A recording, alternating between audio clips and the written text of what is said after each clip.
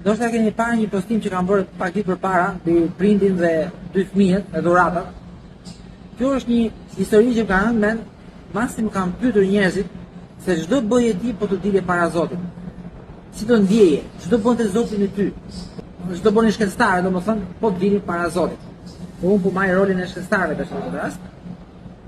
Dhe unë i kam dhënë këtë shembullin me prindin me dy fëmijët me dhuratat e tjera.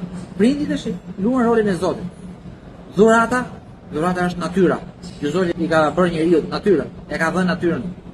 Dhe fëmijët janë dy tipet e njerëzve, tipi besimtar dhe tipi shkencëtar. Tipi shkencëtar e hapi kutinë, domethënë luajti me natyrën, e studioi natyrën dhe shumë nga jo në komente kanë thënë që prindi u kënaq me fëmijë që hapi dhuratën, e studioi, e shkatroi dhuratën, luajti me dhuratën, ja vlerësoi dhuratën Zotit, domethënë, natyrën, e vlerësoi natyrën, punoi me të. Kurse ky tjetri, ky thjesht e majti në kuti, besoi që Zoti i ka dhënë diçka dhe nuk e studioi natyrën. Shumë nga ju thatë që u kënaqën me këtë tipin e shkencëtarit. Kështu që shkencëtarët që janë të preferuarit e Zotit. E kanë atë vendin e parë parajsë, nëse ekziston parajsa. Dhe ideja e besimit, njeriu a duhet të ketë besim apo jo?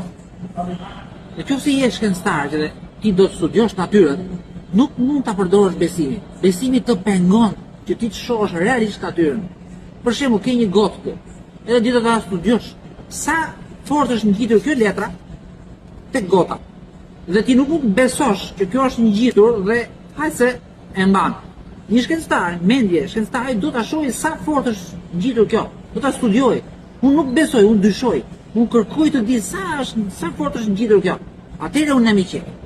Po besove, ti kujton se kjo është ngjitur dhe kjo do bie nga dora. Dhe ti me besim domethënë nuk shkon. Domethënë për studiu natyrën ne absolutisht nuk duhet të përdorim besimin, se nuk na ndihmon, po na pengon, na ngatron.